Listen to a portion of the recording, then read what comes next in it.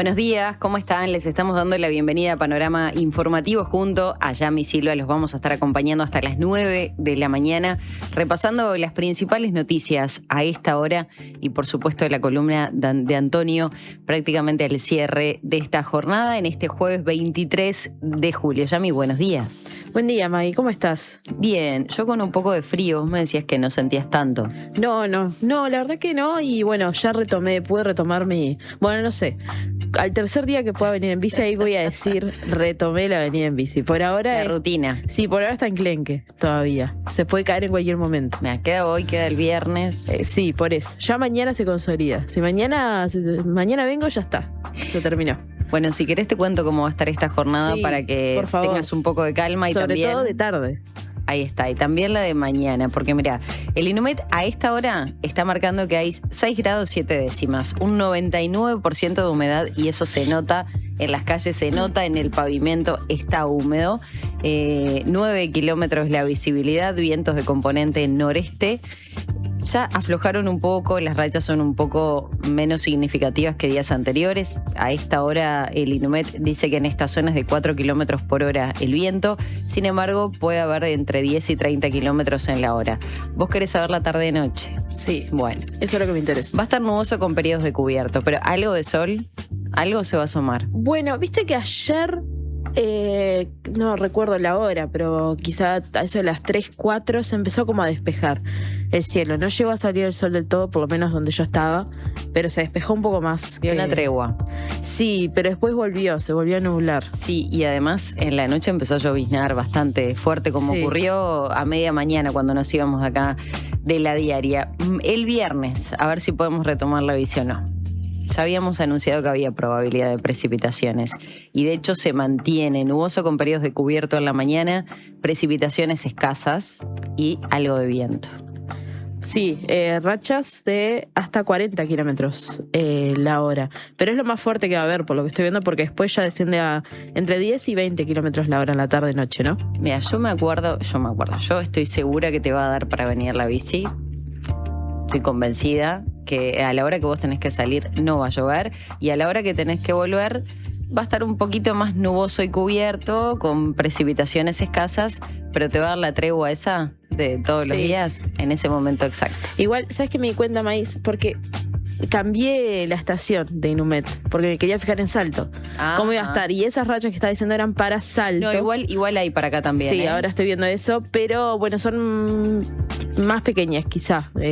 Son parecidas, pero bueno. En Salto, un poco menos de intensidad. Exacto, capaz. Lo que estaba diciendo era para Salto, que igualmente las rachas van a estar de mañana de hasta 40 kilómetros la hora mañana viernes. Bueno, y como siempre, nosotros les vamos comentando el pronóstico ampliado, ¿no? Porque Inumet lo da por 3 días. Y debajo del mapa de nuestro país dice cómo va a estar el resto de los días ampliado prácticamente a una semana. Les decíamos que el sábado seguramente estuviera libre de precipitaciones. Bueno, ahora el Inumet lo ajusta. Ya para la tarde-noche del sábado da una baja probabilidad de precipitaciones y neblinas con una mínima de 9 grados y una máxima de 18. Y para mañana no les repasamos. Las mínimas serán de 9, la máxima de 16 y volvemos a esta jornada que el Inumet señalaba que 7 iba a ser la mínima y 14 la máxima. Yo les decía que hasta ahora tenemos 6 grados con 7 décimas. El amanecer, que tanto nos ha preocupado a lo largo de estos meses, bueno, 7:46, un poquito más temprano, y se va a ocultar el sol 17:57. Sí, y ahora estoy viendo las temperaturas a nivel país y bueno, y hay temperaturas, las más altas están sobre todo en el norte. Exacto, sí, en el norte, pero ahí también del Río Negro para arriba. Exacto, y en la frontera con Brasil, sobre todo en los departamentos limítrofes más que en el centro. Sí, por ejemplo, estoy viendo Rivera, Cerro Largo están con 11 grados en este momento, también Maldonado. Así que bueno, hay como están más o menos iguales. Creo que los extremos están en Artigas, 12,6, y en La Valleja, 4,3. Es seguramente el departamento más frío.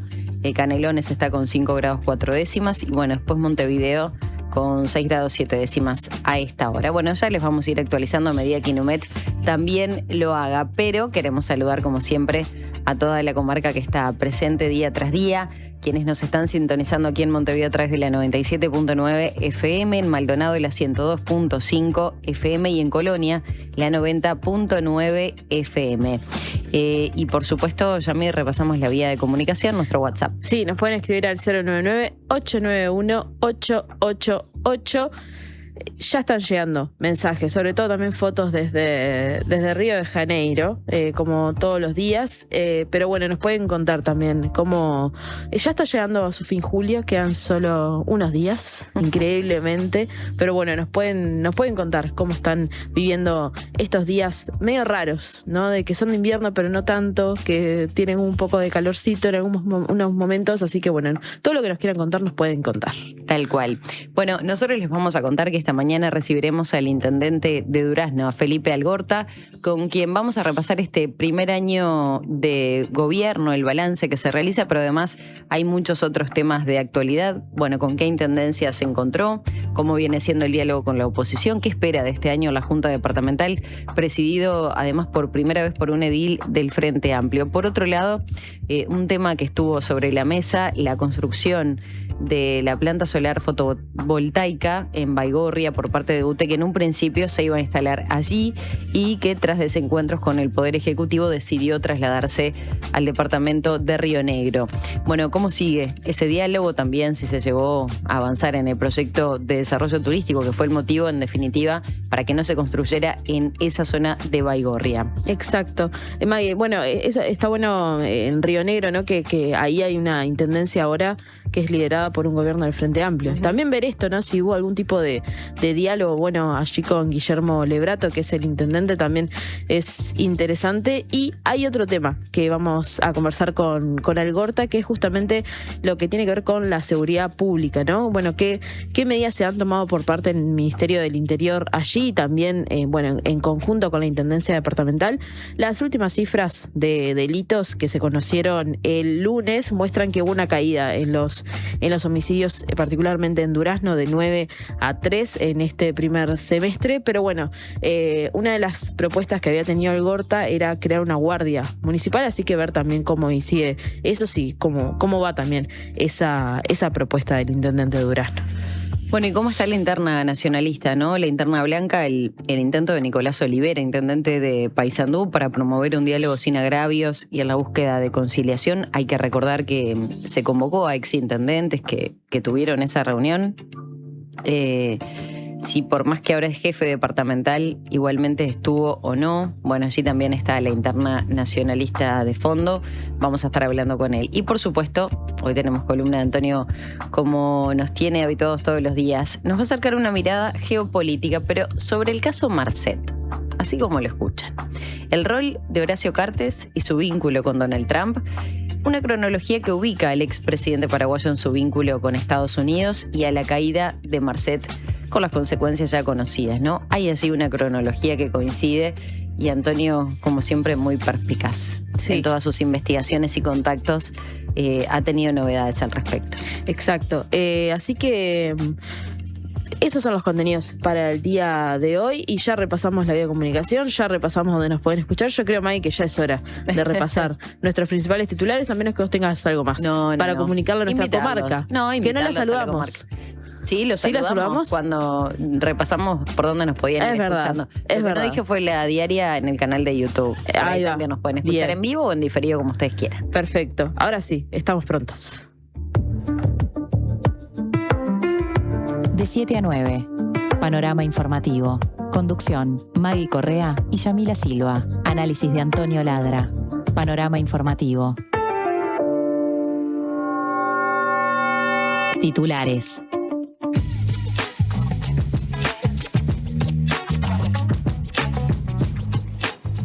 Pasan 10 minutos de las 7 de la mañana. Les contamos que la bancada del Frente Amplio se reunió con el ministro de Economía y diputados.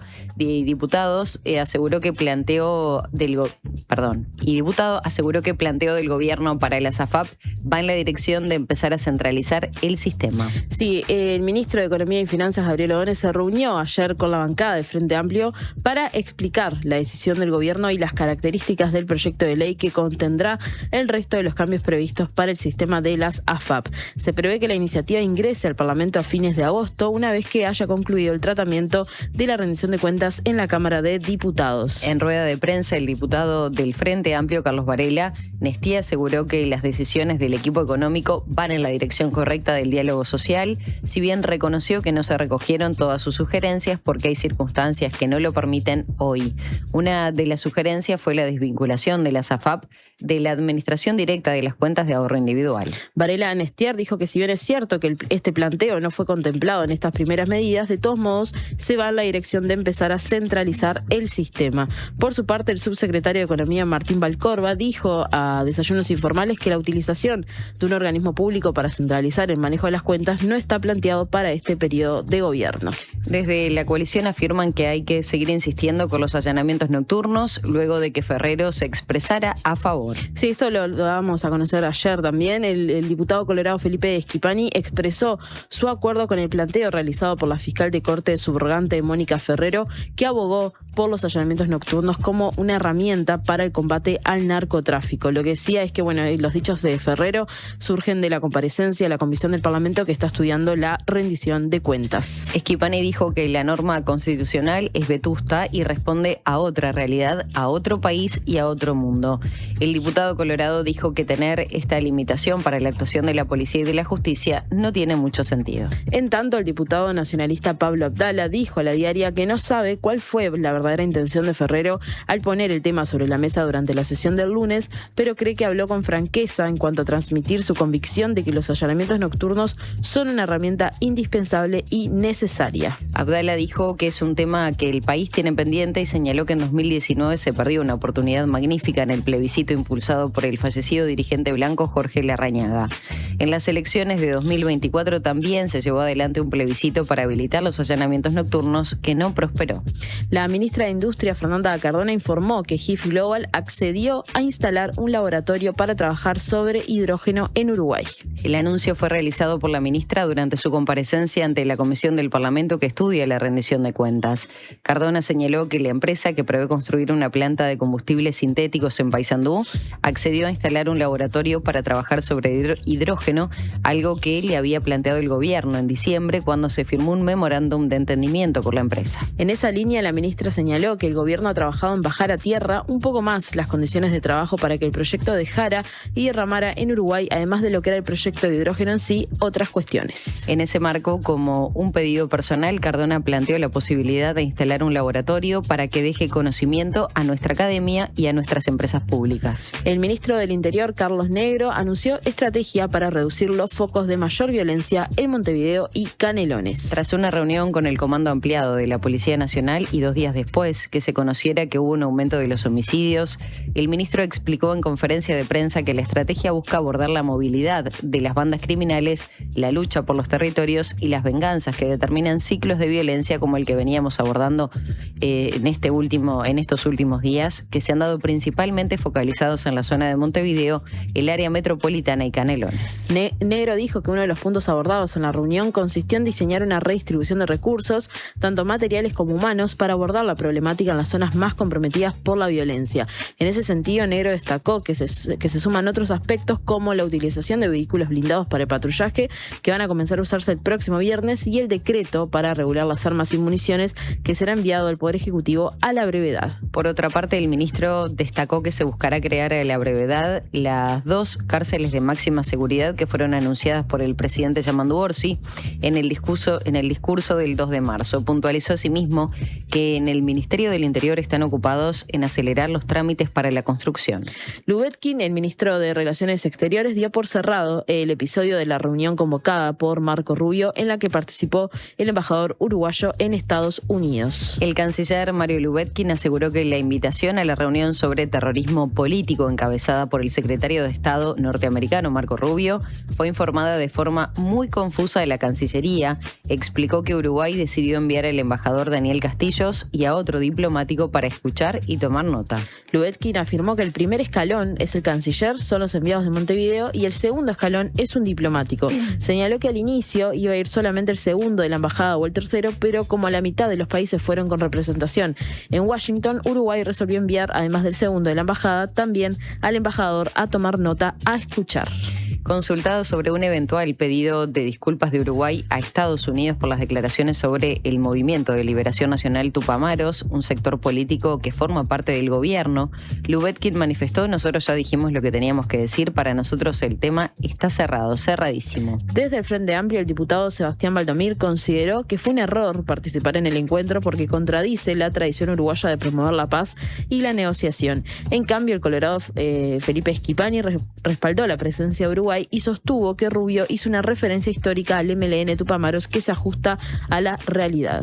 El Partido Colorado solicitó al gobierno que denuncie ante la OEA la situación que atraviesa Nicaragua. El Comité Ejecutivo Nacional del Partido Colorado difundió un comunicado en el que manifiesta su más enérgico repudio ante la decisión del copresidente de Nicaragua, Daniel Ortega, de eliminar las elecciones y solicita al gobierno de Yamandu Orsi a que denuncie ante la Organización de Estados Americanos, la OEA, la situación que atraviesa el país centroamericano.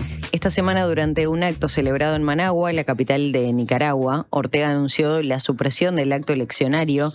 El CEN Colorado considera que con sus últimas declaraciones Ortega ratificó un hecho que se viene denunciando desde hace años y que apunta a la existencia de una dictadura de carácter totalitario que ha desmantelado sistemáticamente la separación de poderes, perseguido a la oposición política, silenciado a la prensa independiente, encarcelado y expulsado a disidentes y violado de forma reiterada los derechos humanos en el país centroamericano.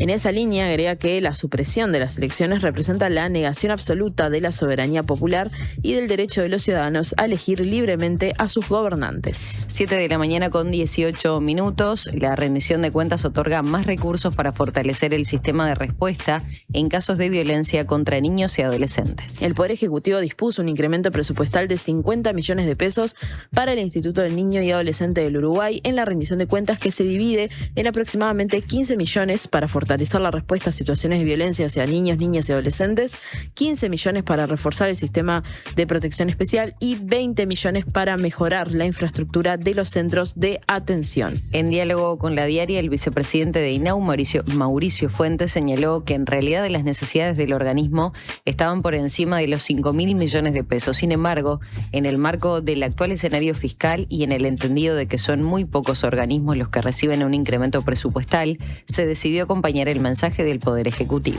En un comunicado emitido días atrás, el Sindicato de Trabajadores del INAU y del Instituto Nacional de Inclusión Social Adolescente, el INISA, criticaron el aumento propuesto por entenderlo insuficiente y afirmaron que no hay recursos genuinamente nuevos, sino reasignaciones que sacan de un lado para cubrir otro. Vamos ahora con otros temas. La CAF aprobó el financiamiento para las obras en Aguas Corrientes que sustituyen el proyecto Neptuno. El presidente de OCE, Pablo Ferreri, anunció que el Banco de Desarrollo de América Latina y el Caribe, CAF, aprobó el financiamiento para el consorcio privado encargado de ejecutar las nuevas obras en Aguas Corrientes, las cuales suponen una reformulación del proyecto Neptuno que fue impulsado por el gobierno anterior y renegociado por la actual administración. A través de X, Ferreri sostuvo que se trata de un paso muy importante para continuar avanzando, de acuerdo a lo planificado, en el fortalecimiento del abastecimiento de agua potable para el área metropolitana. El titular de la empresa estatal señaló que en septiembre de este año va a comenzar la construcción de la nueva planta potabilizadora de Aguas Corrientes, la cual, una vez puesta en funcionamiento, producirá hasta 200.000 metros cúbicos diarios e incorporará tecnología de ozonización, mejorando la calidad del agua y la capacidad de respuesta del sistema.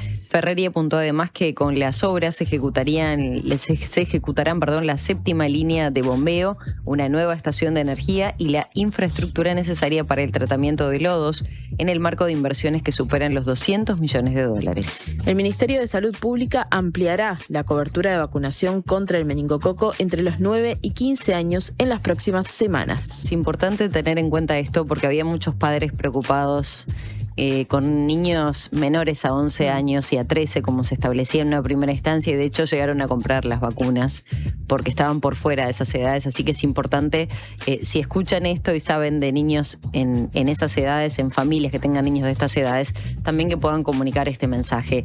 Según explicó la ministra de Salud Pública, Cristina Lustenberg, el despliegue de la campaña de los nuevos límites etarios será escalonado y comenzará con los adolescentes de 13 a 15 años. Para esto, indicó que el Ministerio de Salud Pública dispondrá en su sitio web un sistema de agenda digital obligatorio a partir del lunes de la próxima semana. Sí, este sistema va a permitir solicitar fecha y hora para inocular a los grupos, o sea, vacunar a los grupos etarios alcanzados por la campaña contra el serogrupo C de la bacteria que origina la enfermedad, de la que se registró un aumento inusual de casos en los últimos meses.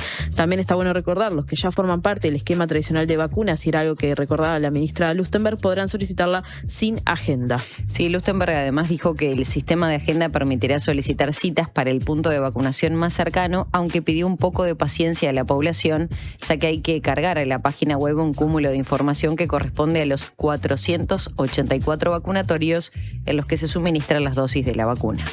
Pasamos a otros temas de justicia, Maggie, porque justamente la justicia ratificó condena contra el militar retirado Juan Rebollo por el crimen de las muchachas de abril. Sí, el Tribunal de Apelaciones en lo Penal de segundo turno ratificó la condena a 30 años de penitenciaría contra el ex comandante en jefe del Ejército, Juan Rebollo, como coautor de los asesinatos de Diana Maidanik, de 22 años, Laura Raggio, de 19, y Silvia Reyes, también de 19 años, ocurridos el 21 de abril de 1974. El tribunal, integrado por los ministros Daniel Tapier, Ricardo Míguez y Beatriz Larrieu, desestimó el planteo de la defensa en cuanto a la prescripción. Sobre la participación de Rebollo, el tribunal se basó en el testimonio que el propio Rebollo dio ante el juzgado militar 2 meses después del hecho, en el que se ubicó a sí mismo en la investigación previa y en el operativo. En cuanto a la respuesta de las víctimas, la sentencia sostiene que no puede determinarse si dispararon o no, pero advirtió que con base en los testimonios de los vecinos y las pericias relevadas,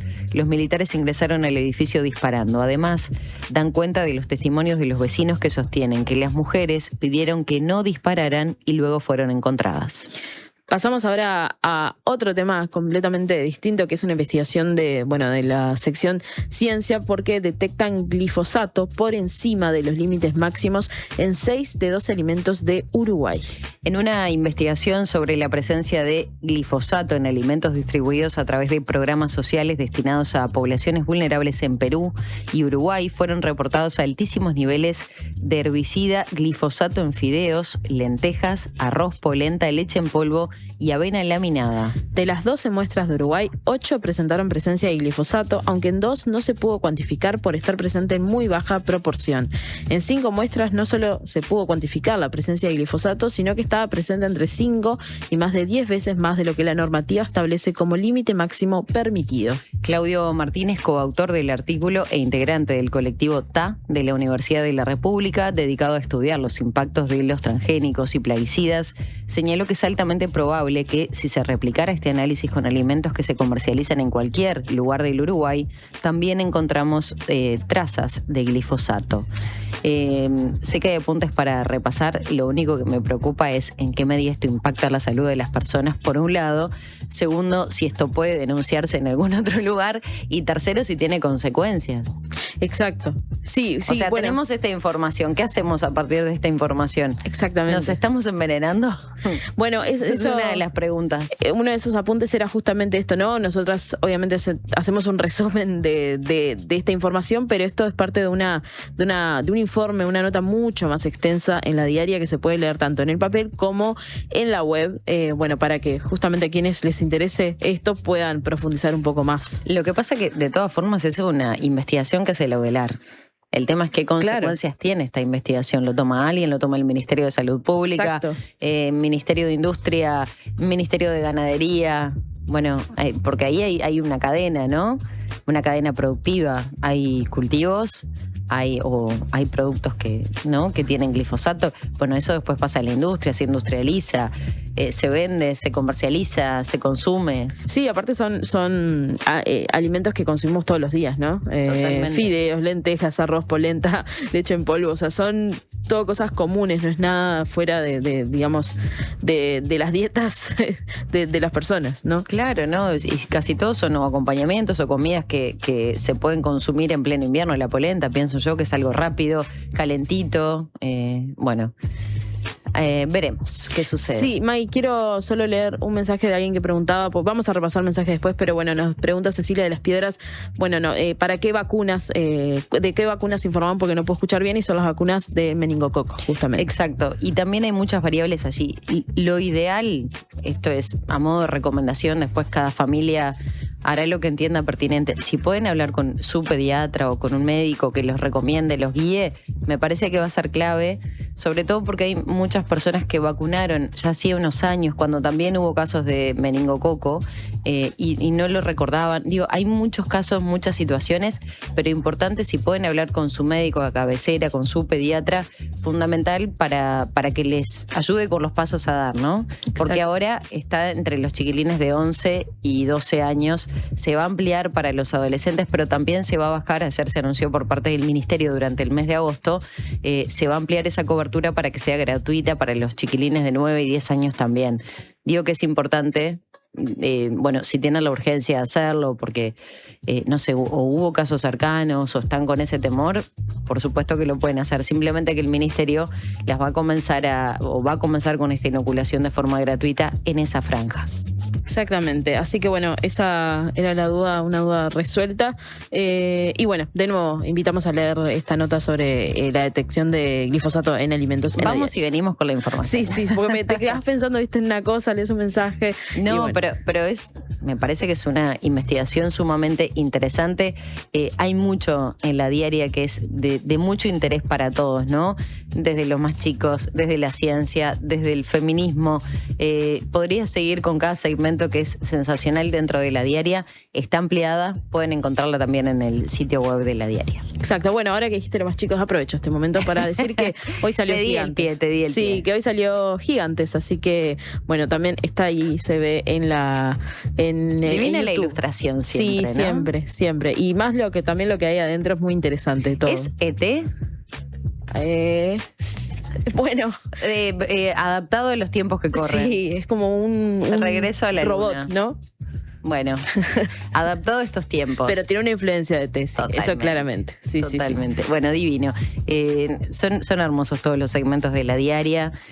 Son muy interesantes también los artículos que allí pueden encontrar. ¿Qué les vamos a decir nosotros con la cantidad de suscriptores que todos los días la reciben, sea en papel, sea de forma digital? Pero bueno, queríamos comentarles esos datitos también. Vamos a contarles ahora cómo abre la cotización de las principales monedas.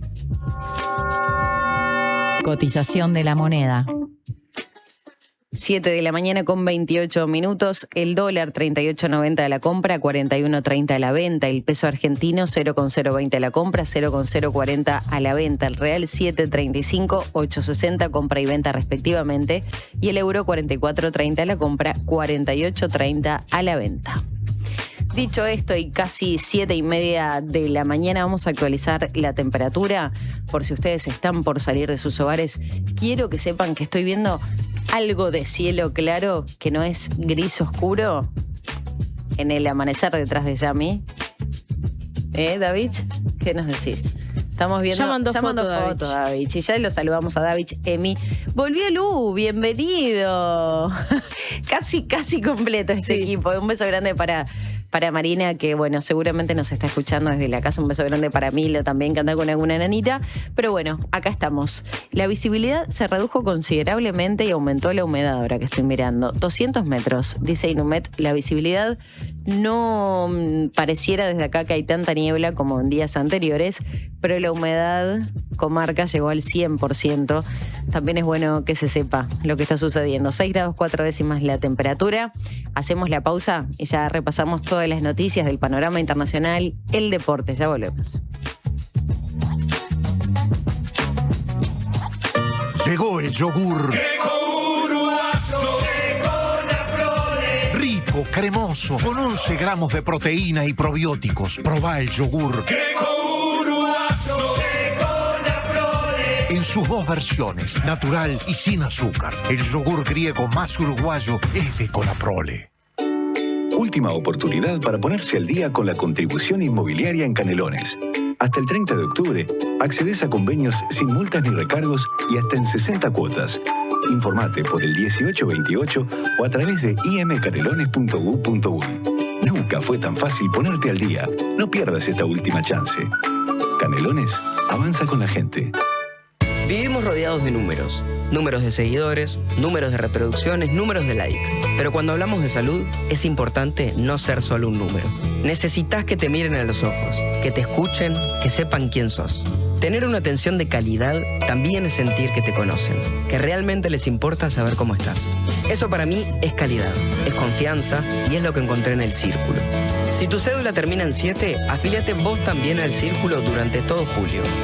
Llama ahora al 1870 o en circulocatolico.com.uy. En El Círculo estamos con vos. Cobertura total de asistencia médica. Una conversación informada. La Diaria Radio 97.9. Agosto en el Teatro Solís. Celebramos 170 años con una temporada de grandes encuentros. Galas aniversario. 11 de agosto, Banda Sinfónica de Montevideo. 12 de agosto, Orquesta Filarmónica de Buenos Aires. 19 de agosto, Orquesta Filarmónica de Montevideo. Además, dar vuelta a todo y la casa de Bernarda Alba por la Comedia Nacional. Nostalgia Sinfónica. Maya Castro, 20 años. Gustavo Casenave en concierto. Viví una temporada inolvidable. Consulta la programación en teatrosolís.org.uy. Teatro Solís, Intendencia de Montevideo. En Habitab, resolvé todas tus gestiones. En nuestros más de 520 locales de todo el país. Y también desde nuestras aplicaciones. Más información en habitab.com.uy. Sorprende a papá con un nuevo prepago. Con una recarga de 290 pesos o más, tiene 300 gigas por 3 meses y se puede llevar su nuevo celu financiado hasta en 24 cuotas. Antel, el futuro, lo creamos juntos. Internacionales.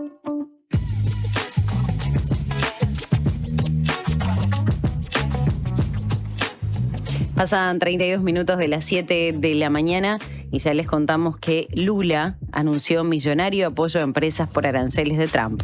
El presidente brasileño firmó ayer una medida provisoria que prevé destinar 18.500 millones de reales, que son aproximadamente 3.500 millones de dólares, a las empresas afectadas por los aranceles del 25% de impuestos que fueron impuestos por el gobierno estadounidense. De acuerdo a lo que informó el portal brasileño Metrópolis, una parte de este dinero saldrá de los recursos del Tesoro del Estado y otra parte la va a aportar el Banco Nacional de Desarrollo Económico y Social.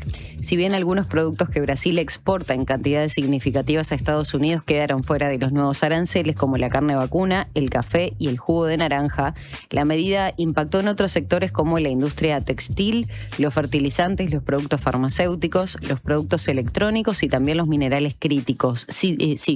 Críticos. Según Marcio Elías Rosa, ministro de Desarrollo, Industria, Comercio y Servicios, la medida firmada por Lula podría beneficiar a cerca de 1.000 empresas. La medida también se va a aplicar en caso de que el gobierno estadounidense confirme el arancel adicional del 12,5% propuesto tras una investigación sobre trabajo forzoso, un análisis que abarca 60 economías del mundo, incluida la de Brasil, y se espera que la decisión sobre dicho recargo sea anunciada mañana. Vamos ahora a otros países de la región. Se debate la asunción de la Espriella en base militar. El nuevo Congreso de Colombia comenzó a discutir la propuesta del presidente electo de asumir el cargo el 7 de agosto en una base militar del departamento de Cauca, en lugar de hacerlo en la sede legislativa. La iniciativa generó rechazo porque la Constitución establece que la toma de posesión debe realizarse ante el Congreso, lo que obligaría a trasladar la sesión a la instalación militar. De la Espriella defendió la idea como un homenaje a las fuerzas militares, a quienes considera los verdaderos héroes de la patria, y aseguró que su gobierno respaldará con firmeza a policías y soldados en la lucha contra el crimen. También anunció que Medellín será una de las sedes alternativas de la presidencia y que desde ahí se impulsará el acuerdo de cooperación con Estados Unidos, denominado Escudo de las Américas, para combatir el narcotráfico y el crimen organizado. El presidente saliente, Gustavo Petro, rechazó públicamente la propuesta y ordenó que ningún establecimiento militar sea utilizado para la ceremonia de Asunción. En el Congreso, legisladores oficialistas cuestionaron el costo y la conveniencia del traslado, mientras Petro e Iván Cepeda adelantaron que no asistirán al acto si finalmente se realiza en una guarnición militar. El alcalde de Nueva York dijo que Netanyahu es el arquitecto de un genocidio contra el pueblo palestino. Zoran Mamdani publicó en sus redes sociales un video de poco más de 2 minutos de duración dedicado al primer ministro de Israel y titulado «Benjamín Netanyahu es un criminal de guerra», frase que el jerarca estadounidense reiteró durante los primeros segundos del mensaje grabado.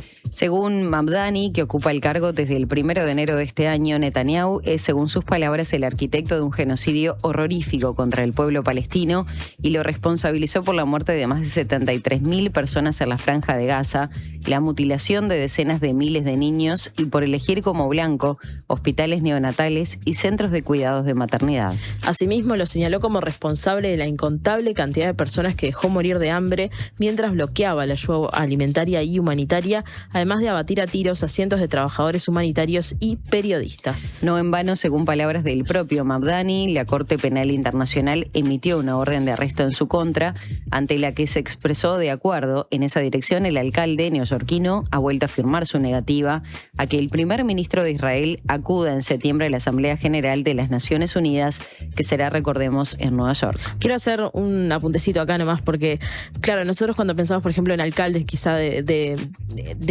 Uruguay, bueno, no tiene quizá la misma jurisdicción. Claro, y la misma fuerza quizá que los alcaldes de Estados Unidos, pero también yo creo que esto es significativo, que este mensaje, bueno, primero porque la Asamblea General de la ONU va a ser en Nueva York, justamente, pero también porque Zoran Mamdani se ha posicionado como una persona muy en contra de todo lo que está promoviendo Trump en su gobierno, ¿no? Es como, bueno, ha sido una de esas figuras que ha salido como, bueno, en oposición justamente, quizá en un sistema político de Estados Unidos un poco, bueno, más... disidente. Exacto, un poco más disidente. Sí, si bien están, obviamente, el Partido Demócrata, que está en contra de todo lo que hace Trump, pero, bueno, Mamdani sí se ha posicionado como esa figura un poco más popular, quizá que otros políticos en Estados Unidos. Por eso también, bueno, es importante este video del alcalde de Nueva York. Solo quería hacer ese apunte. Deportes. Son las 7 de la mañana con 37 minutos. Les tenemos que decir que vuelve el fútbol. Hubo acuerdo entre la Mutual y la AUF. En la reunión de ayer en la AUF, con la participación de su presidente Ignacio Alonso, ya de vuelta a nuestro país, se firmó el acuerdo con la Mutual, resolviendo el diferendo y asegurando las garantías solicitadas por los futbolistas. Se acordó reforzar una batería de medidas relativas a la seguridad de los espectáculos de manera integral, que dé garantías a los deportistas y a los aficionados en general, y para ello habrá mayor seguridad, más policías y guardias de seguridad, y se sumarán más cámaras de identificación, entre otras cosas. En el intermedio, el regreso a la cancha se abrirá mañana a las 19 horas en el Estadio Centenario, con el cruce entre Montevideo City, Torque y Danubio. El sábado habrá doble actividad. A las 15 jugarán Central Español y Cerro Largo en el Parque Palermo, mientras que a las 18 se medirán Defensor Sporting y Liverpool en el Estadio Luis Francini. La reprogramación del capítulo suspendido se completará el domingo a las 15 en la Villa, cuando Cerro reciba a Racing en el Estadio Luis Trócoli. También se va a jugar la segunda fecha de Primera División de fútbol femenino, que tiene como hecho central el clásico. Nacional y Peñarol van a jugar el domingo desde las 14 horas en el césped sintético del Parque Palermo. Bueno, esto tiene una pata política también, ¿no? Esta noticia vinculada al deporte. El Comité Olímpico Uruguayo reclamó ante el Parlamento más recursos para el deporte de nuestro país. El Comité Olímpico compareció ante la Comisión de Presupuestos integrada con Hacienda de la Cámara de Representantes para reclamar cambios en la rendición de cuentas que refuercen el financiamiento del deporte olímpico. El organismo advirtió sobre la reducción de 7 millones de pesos en la partida destinada a becas para deportistas de alto rendimiento y cuestionó que parte de los recursos de la Fundación Deporte Uruguay puedan destinarse al funcionamiento de la futura Organización Nacional Antidopaje. El presidente del comité, Fernando Ucha, y el tesorero Marcos Melassi sostuvieron que ambas decisiones afectan el respaldo de los deportistas uruguayos. Melassi señaló que la partida para becas aprobada en la rendición de cuentas de 2022 terminó reduciéndose de los 15 millones previstos para 2025 a 8 millones, monto que además ya fue ejecutado cuando los atletas preparaban los Juegos Sudamericanos de Santa Fe. También insistió que preparan ahora, porque va a ser próximamente.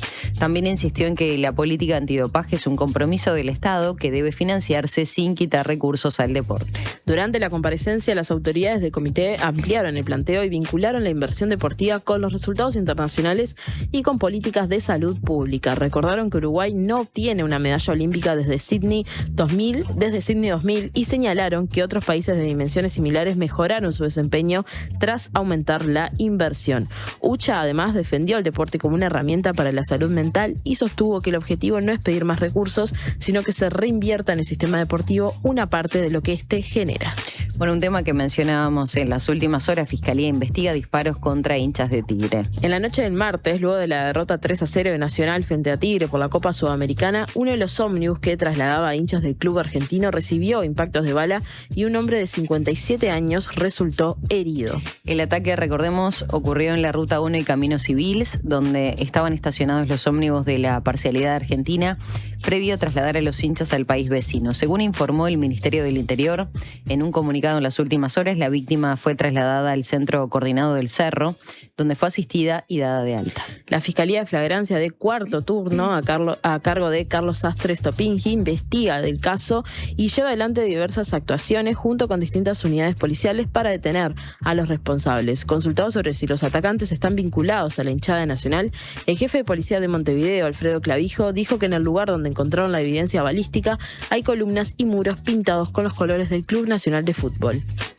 Bueno, hay que decir también que los hinchas, en realidad, que se identificó a los autores de los disparos, ¿no? Que bueno, todavía no fueron detenidos, pero ya están identificados por lo pronto. Bueno, tenemos que hacer una nueva pausa. Muchos mensajes que siguen llegando a través de nuestro WhatsApp y que los vamos a estar compartiendo en un ratito nada más. Un amanecer espectacular. David ya hizo su magia y la vamos a compartir luego de esta pausa. Ya volvemos.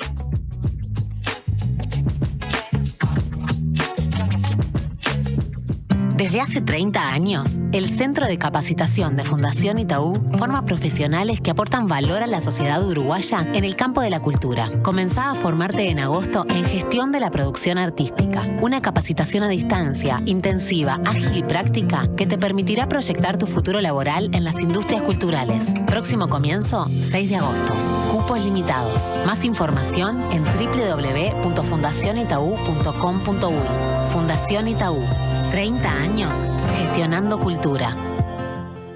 Gracias por escucharme. Muchas gracias por explicarme. Gracias por toda la ayuda. Estas son palabras recientes de nuestros pacientes, pero los agradecidos somos nosotros, porque tu elección nos hace superarnos cada vez más y ser la mutualista con los mejores profesionales del país.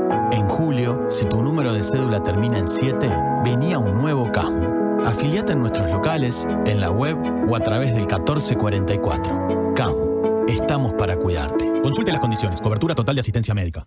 Estamos en todo lo que haces. Si querés saber todo sobre tu consumo, descubrí la app UTE Clientes. Podés conocer tu consumo en cualquier momento, hacer trámites, consultar tus facturas y mucho más. Descárgala ahora. UTE. Avanzamos con energía. Hola. ¿Estás escuchando Diversidad de Opiniones? ¿Estás bien? Estás en la Diaria Radio 97.9. En la edición edición de julio de Le Monde Diplomatique Uruguay, Donald Trump festeja los 250 años de independencia de Estados Unidos con mucho más que prepotencia. En el dossier sobre la ruleta de silicio, los mercados predictivos buscan cambiar el ciudadano por el apostador, amenazando la democracia. En la región, el Río de la Plata aparece en el radar de Palantir. Colombia se suma al escudo de los procónsules de la Espriella, el Milei colombiano, y recorremos la ruta atlántica de la cocaína hasta África. Además, ¿hasta dónde cederán Ucrania y Rusia? India se mira en el espejo de Israel y el futuro incierto de las ruinas de Palmira. Suscríbete en lemonde.uy y recíbelo en tu casa. Le Monde Diplomatique, la diaria.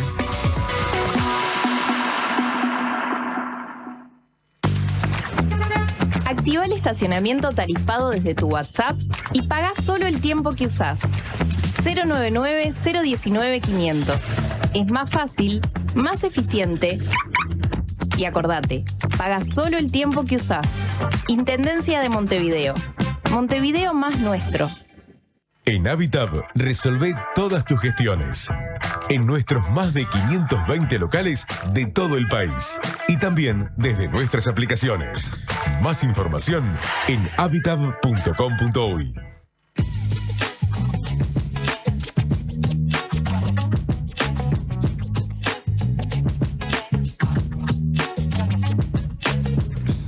Son las 8:15 de la mañana. A esta hora continuamos con tiempo fresco aquí en Montevideo. Se ha mantenido intacta la temperatura, 6 grados 4 décimas, 100% el índice de humedad, 200 metros la visibilidad.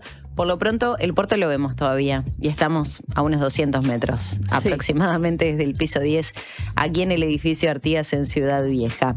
Tenemos que compartir noticias ahora del segmento local de la diaria. Vamos a comenzar por Paysandú. La empresa chilena invertirá $6 millones en Quebracho. La empresa chilena Resiter, a través de su división especializada Verde Corp, comenzará entre fines de julio y los primeros días de agosto la construcción de una planta de compostaje industrial en las proximidades de Quebracho, sobre la Ruta 3, con una inversión cercana a los $6 millones. El emprendimiento se instalará en un predio de 50 hectáreas ubicado entre Paysandú y Salto, aunque la planta ocupará únicamente 2 hectáreas. El resto del terreno será destinado a infraestructura ambiental para el manejo de líquidos lixiviados y una laguna de riego. Durante la jornada de ayer, representantes de la empresa recorrieron Paysandú y mantuvieron reuniones con industrias locales para presentar el proyecto, que prevé comenzar a operar entre febrero y marzo de 2027, tras un plazo de construcción estimado en 8 meses. Recordamos que hoy va a estar el intendente de Paysandú, Nicolás Olivera, en la mañana de la diaria junto a Tincho Rodríguez, así que seguramente este tema esté sobre la mesa. Vamos ahora al departamento de Colonia. El tercer liceo para Colonia del Sacramento quedó incluido en el plan de obras de la ANEP. La construcción de un nuevo liceo en la capital departamental quedó incorporada al plan de obras de la Administración Nacional de Educación Pública para el actual quinquenio. Así lo confirmó el director general de Educación Secundaria, Manuel Oroño, en declaraciones a Radio del Oeste, donde señaló que el proyecto comenzará a elaborarse el próximo año y que la obra estaría culminada durante este periodo de gobierno. El anuncio representa un cambio sustancial respecto de la situación planteada a comienzos de este año, cuando docentes y sindicatos advertían que el centro educativo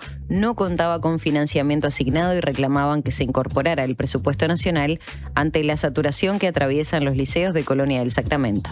Oroño explicó que el nuevo liceo será financiado mediante el programa de apoyo a la educación pública, uno de los mecanismos utilizados por la ANEP para ejecutar infraestructura educativa con financiamiento internacional. Nos vamos al norte, al departamento de Salto. Cenur Litoral Norte abre cursos de comunicación no violenta. Profesionales y estudiantes avanzados del área social de la Universidad de la República tendrán la posibilidad de participar en un curso sobre comunicación no violenta aplicada a la intervención social, una propuesta que busca aportar herramientas para la gestión de conflictos desde una perspectiva centrada en el diálogo, la comprensión y la construcción de acuerdos. La propuesta busca que los participantes comprendan los fundamentos de la comunicación no violenta y su vínculo con el paradigma restaurativo, incorporando herramientas para el trabajo en distintos ámbitos de intervención. El curso se desarrollará en modalidad virtual y abordará temas como la vulnerabilidad, el trabajo profesional por sí mismo y las estrategias de intervención con personas y colectivos. También incluirá reflexiones sobre el abordaje de varones que ejercen violencia basada en género. La actividad forma parte de la oferta de educación permanente del Cenur Litoral Norte y estará a cargo de Jacqueline Fernández, Mónica Danda Silveira y Matías Trindade de Playmink.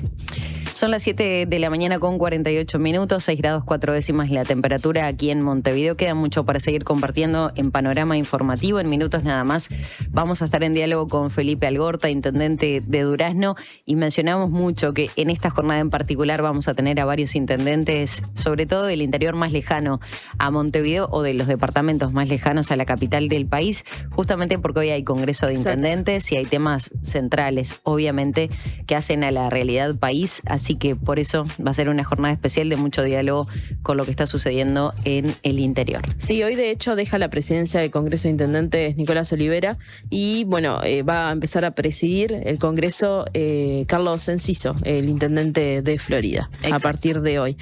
Maggie, tenemos mensajes para leer. Bueno, vamos a leerlos. Y tenemos fotos también, porque viste que en estos días no tuvimos fotos del amanecer porque...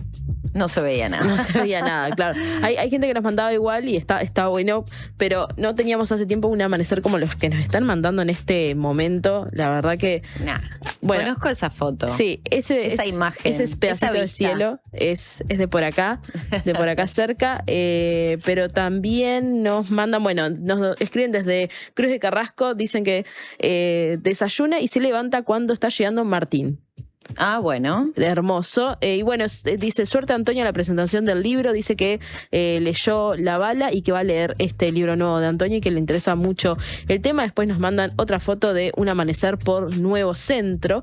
Estoy viendo a Emi en este momento que le está entrando le está reflejando la luz en la cara, increíble. Bueno, ese es el amanecer por Nuevo Centro. También nos saludan desde Houston, Texas. Pueden animarse, Ricardo, a mandar fotografías también. Bueno, qué linda foto esa que estamos compartiendo ahora. Quienes están mirando el canal de YouTube de La Diaria en vivo, la pueden estar observando también.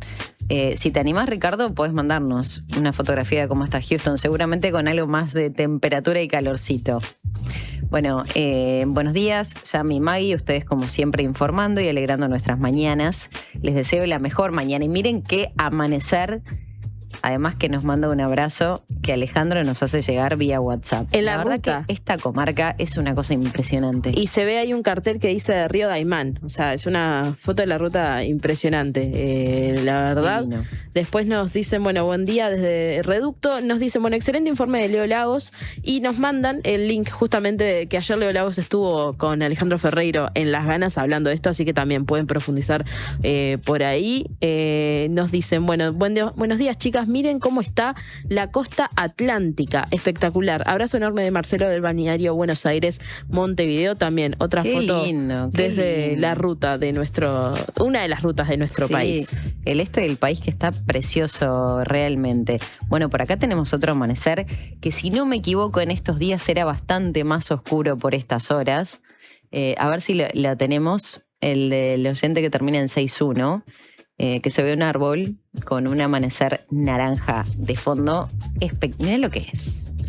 Muchísimas gracias también a Carlos que bueno, nos comentaba alguna información que compartíamos y algunas noticias y además esta fotografía que es preciosa. Nos hace más amena la mañana. A nosotros que no la podemos disfrutar al 100%, pero sí compartiendo esta mesa de noticias. Sí, y hay otro mensaje, Maggie, con otra foto que quiero que se comparta. Natalia nos dice, buen día, gracias por acompañar mis mañanas. Hoy desde casa preparando un examen. Y primero, tengo varias cosas. Primero, que nos cuente también qué examen está preparando. Y la foto que estamos viendo, para los que nos están escuchando por radio, es la foto de la computadora, con la Diaria Radio allí. Con compañía, con un gatito mirando también Panorama Informativo, informándose de lo que pasa en este país. Divino.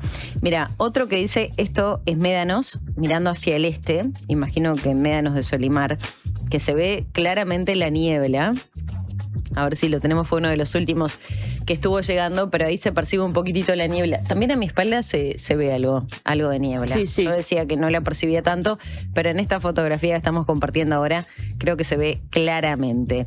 Bueno, y por acá otro, y la bici sigue con pereza, no quiere salir a la calle, dice Jorge, que nos manda abrazos.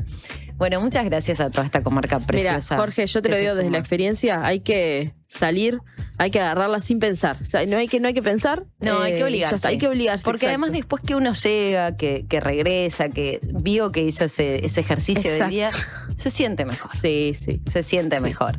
Bueno, 7 de la mañana con 53 minutos. Nosotros tenemos que hacer una nueva pausa en Panorama Informativo. En un ratito vamos a estar en diálogo con el intendente de Durazno, Felipe Algorta. Muchos temas para hablar, así que quédense por ahí que ya volvemos.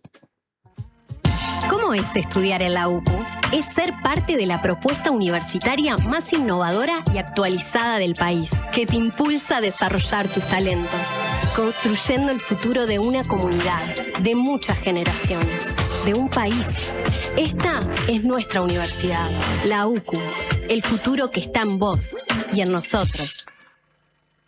Chacra La Martina, donde todo lo bueno sucede. Eventos, celebraciones sociales, empresariales, restaurante y salón de té. Además, hospedaje con ricos desayunos de campo a 20 minutos del centro. La Martina, al oeste de la ciudad. Seguinos en redes. ¿Usted sabe por qué nos siguen eligiendo? Porque somos credibilidad, confianza, contención y compañía calificada. Porque además le brindamos a los socios más de 20 talleres multitemáticos en la Fundación SECOM destinados a promover la calidad de vida y muchos beneficios más. Porque estamos para usted las 24 horas, los 365 días del año. SECOM, primer servicio de compañía de Uruguay y del mundo. Hola, ¿estás pensando en el mundo? Estás bien. Estás en la Diaria Radio 97.9.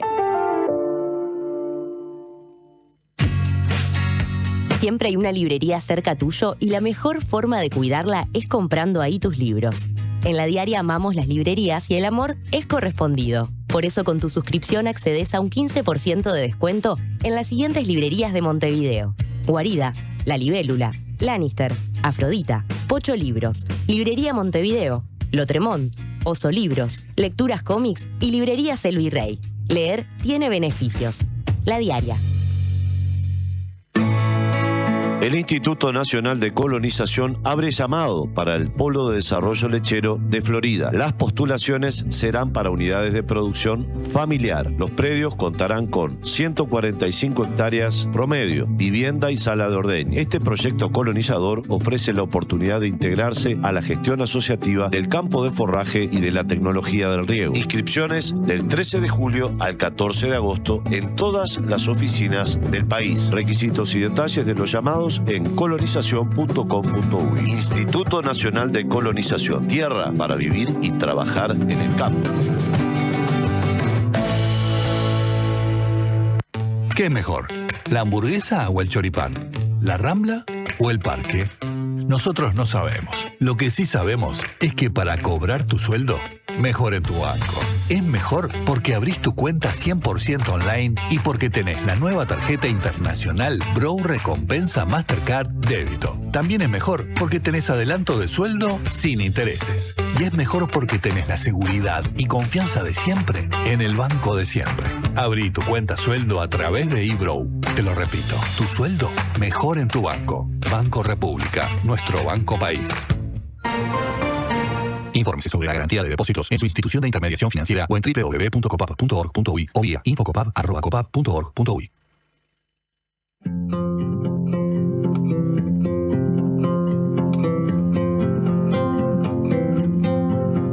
Arriba, arriba.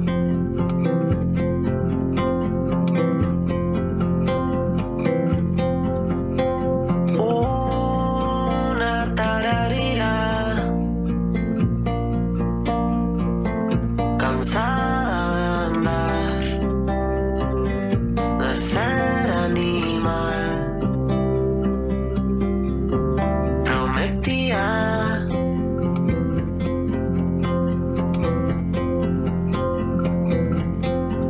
que si alguien la quería, se iba a dejar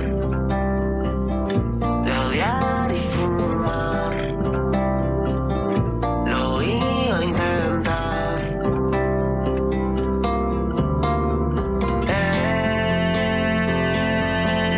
Esa no es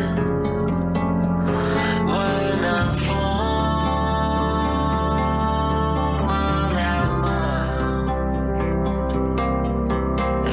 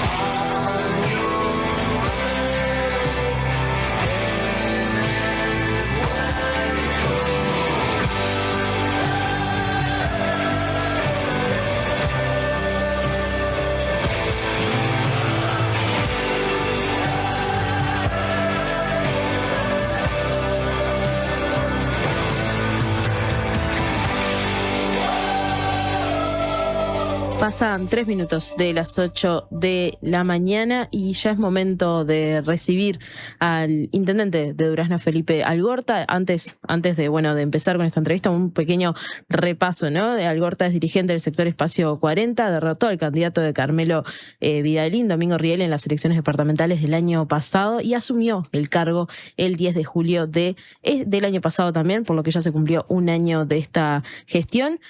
Un tema también del que vamos a estar hablando es que en abril de este año Algorta planteó cambiar la ubicación de la planta solar que UTE tiene previsto construir en la localidad de Baigorria, en Durazno, por superponerse con un proyecto turístico del departamento. Así que sobre este año de gestión y también sobre otros temas en agenda ya estamos con el intendente de Durazno, Felipe Algorta. Bienvenido, Algorta. Muchas gracias, un placer estar con ustedes. Muy buenos días.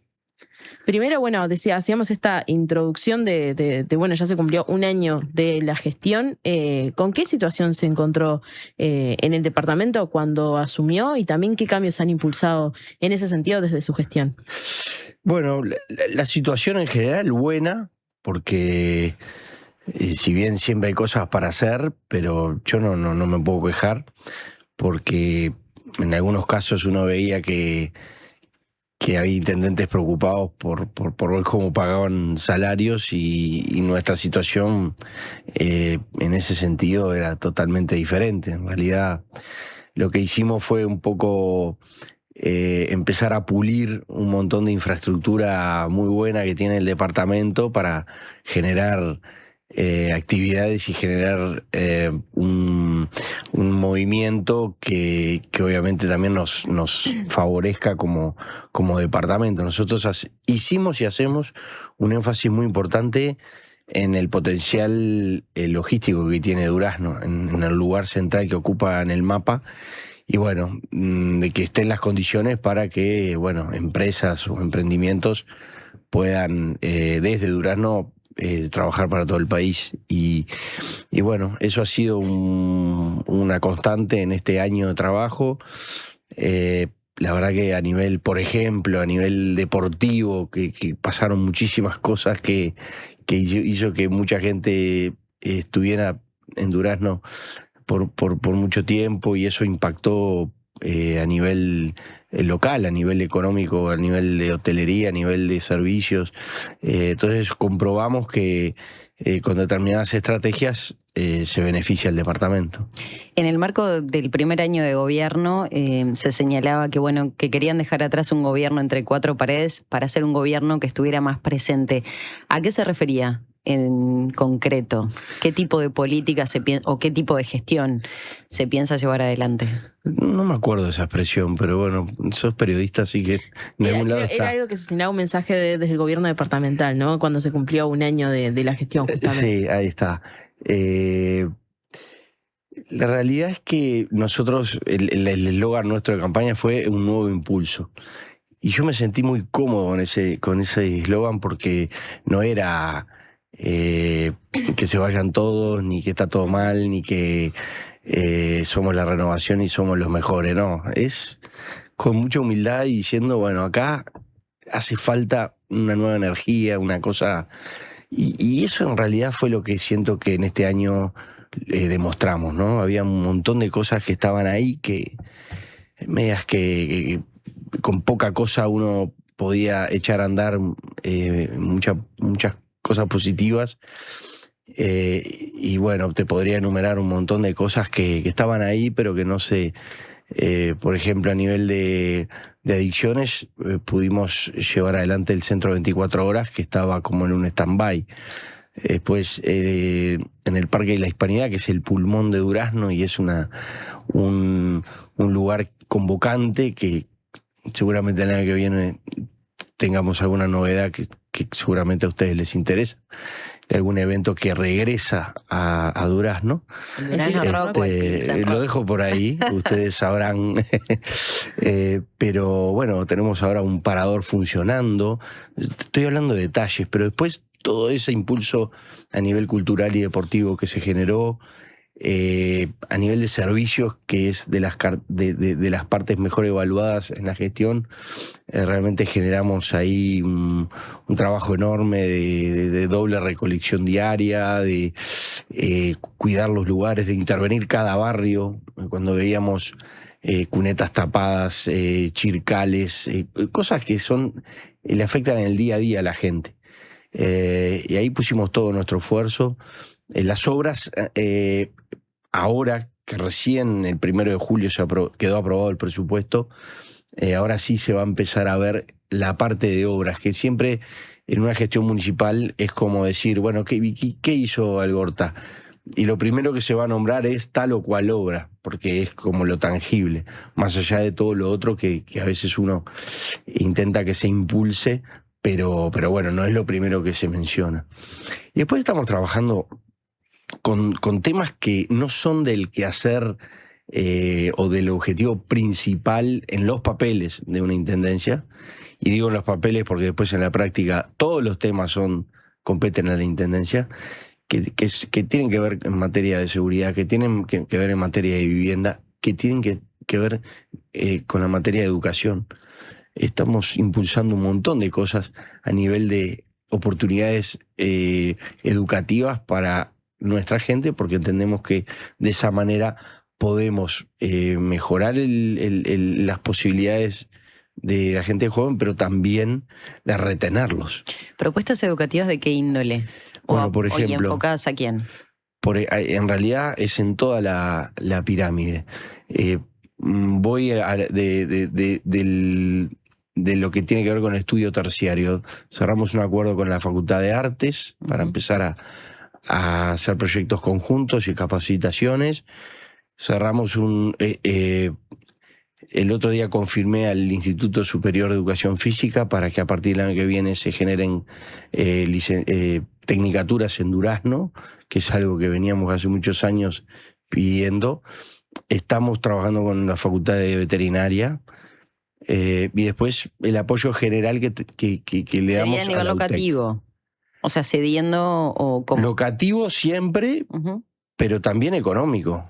A veces las intendencias hacen aportes económicos para contratación de algunos docentes y de esa manera ayudamos a que la decisión sea tomada definitivamente. Porque a veces la educación terciaria es gratuita, pero no para las intendencias. Las intendencias apoyamos para que las cosas sucedan. Y ahí vamos probando y creemos que ese es el camino, complementando la educación a nivel terciario con la UTEC. La UTEC realmente nos ha cambiado las perspectivas en Durazno, porque es una infraestructura impresionante y hay carreras terciarias que realmente hacen que gente joven se quede en el departamento. ¿Eso lo hacían en base a demanda, por ejemplo, de estudiantes que no podían viajar tanto a Montevideo como a otros puntos del país que tienen sedes? Claro, o sea, a la UTEC, por ejemplo, viene gente de otros lados. Entonces, se rompió el paradigma histórico. Claro. Que los jóvenes se iban. Ahora no solo, algunos se van, por supuesto, porque no tenemos todas las carreras y no deberíamos tener todas porque el Uruguay es muy chico como para pretender eso. Pero hay oportunidades. Y también viene gente de otros lados.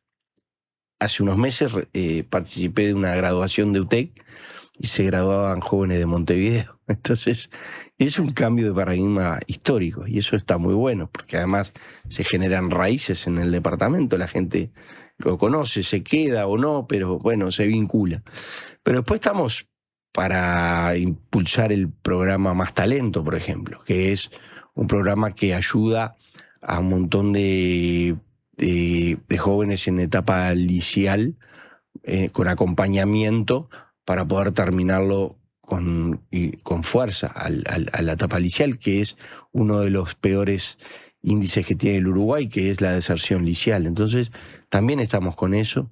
Estuvimos hace unos días aquí cerca con el director de educación, con Gabriel Kirichi, un poco pensando en trabajo conjunto. Ya lo hace la Intendencia de Paysandú y con resultados realmente alentadores. Pero después apoyamos un liceo, Impacto de las Higueras se llama, en una zona que ha crecido muchísimo en la ciudad de Durazno, que es donde va a estar más barrio, por otra parte, y ahí es un liceo privado de acceso público, se dice así, ¿no? Y la verdad que es espectacular lo que hace. Del estilo jubilar, por ejemplo, acá en Montevideo.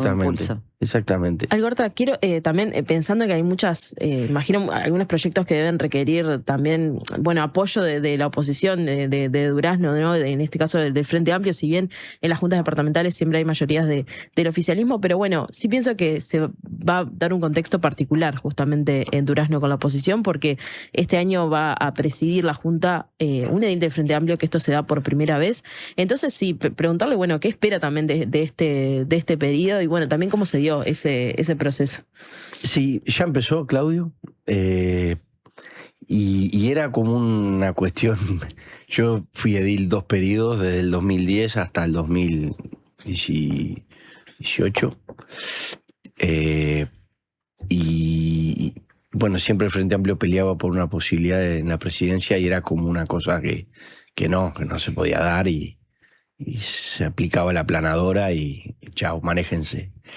Nosotros dijimos, bueno, vamos a cambiar un poco la lógica, porque a nivel nacional se da que la alternancia. Las cámaras. Y no es que se tiene que, terminar el mundo. Entonces, vamos a apostar por un mejor clima, que además, como decías, nos conocemos todos en sociedades más pequeñas, y no hay cucos realmente. Entonces, apostamos por eso. Ya hace un año que le vengo diciendo presidente a Claudio González, y él se ponía nervioso, y hasta el último momento nos preguntaba si íbamos a votarlo, y realmente fue de esa manera, y creo que él lo resumió bien, en el sentido de que fue también reconocer los votos que tiene el Frente Amplio en Durazno, que es la segunda fuerza más importante. Y bueno, vamos a ver. Yo entiendo que vamos a tener un muy buen vínculo, y el diálogo siempre está abierto. No pueden haber cosas que nos corten el diálogo, porque nos vemos todos los días, y siempre tenemos que hacer el esfuerzo para que en las diferencias sacar lo que nos une e ir adelante. Algorta, pareciera ser que el interior es una isla respecto a Montevideo, ¿no? Cuando uno ve declaraciones, ¿no?, de parlamentarios a nivel país, ¿no? Porque estoy hablando de representantes departamentales, pero también senadores de la República. Pareciera estar siempre enemistada la oposición con el oficialismo acá en Montevideo. ¿El interior termina siendo distinto si uno lo mira en clave país? Sí, o sea, el clima es absolutamente distinto. O la forma de hacer oposición también. También. Nosotros, yo no me voy a tirar acá de que somos mejores y qué mal lo que hacen. Los contextos son distintos, ¿no? Nosotros desde la gestión nos levantamos todos los días a ver qué problema podemos resolver. O sea, nosotros ahora estamos en un inicio de problemas de inundación en Durazno. Entonces, estamos con todo el SECOED desplegado, el centro de emergencias. Ya tenemos algunos evacuados. Y en una mesa estamos todas las instituciones del Estado. La Intendencia es quien preside eso, y estamos pensando en cómo resolver.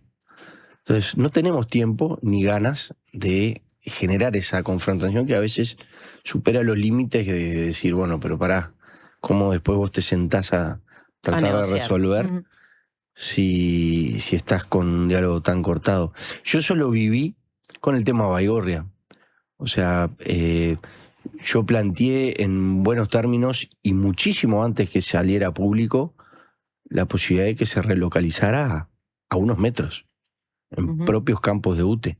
Yo fui director de UTE, conozco perfectamente la situación, conozco exactamente que no hay ningún problema de relocalización, y acá lo que había era un trasfondo más politiquero, que lo que se buscaba era afectar el proyecto que nosotros veníamos impulsando hace tiempo. ¿Podemos recordar un poco, contextualizar qué fue lo que sucedió con la planta fotovoltaica que pretendía instalar UTE, que era en una zona de Baigorria donde estaba previsto un desarrollo turístico, un proyecto turístico? Sí, ¿y en qué quedó este tema también? Creo que lo último que se supo, bueno, tenía declaraciones, usted, creo que incluso en la diaria, que bueno, como que el tema había quedado ya en la cancha del presidente Orsi. Bueno, ahí te das cuenta cómo lo han dejado solo en muchos temas al presidente, que tenga que él tratar de resolver un tema de un parque solar en un lugar del Uruguay. O sea, no tiene ni pies ni cabeza. Con todas las cosas que tiene o que debería tener el presidente, bueno, está en estos temas porque no supieron de parte de su equipo y de su entorno resolver con sentido común. Por más que yo no pierdo las esperanzas de que vamos a llegar a un acuerdo. ¿Por qué? Para que se mantenga en Durazno. Sí, sobre todo porque en Baigorria, ¿por qué Baigorria? ¿Por qué está en Baigorria y no en cualquier otro lado? Por el punto de conexión. Vos podés hacer un parque solar en el medio de la nada, pero si no lo podés conectar a la red, tenés que hacer obra. Claro. Y esa obra de conectar a la red a veces es más cara que el propio parque. Entonces, por eso Baigorria es el lugar ideal. O sea, que en algún momento se va a hacer ahí. Nosotros lo único que decimos es, no lo hagas en la tierra más valiosa para un desarrollo turístico, es decir, un desarrollo permanente, económico y de desarrollo de verdad, por tener 40, 50 años, 50.000 paneles en un lugar donde después ya no puedes hacer más nada. Alberta, queremos también entrar como en eso, ¿no? En los detalles de lo que podría ser, lo que podría implicar también esta inversión para Durazno, justamente, pero quería consultarle lo que dijo de ¿por qué cree que Orsi quedó un poco solo en este tema? Que lo había dicho antes. Porque yo hablé con el secretario Sánchez y no mostró mucho interés por resolverlo. Hablé en la UTE y tampoco lo resolvieron, es decir, estaban como atados de pies y manos a lo que dijera Cardona.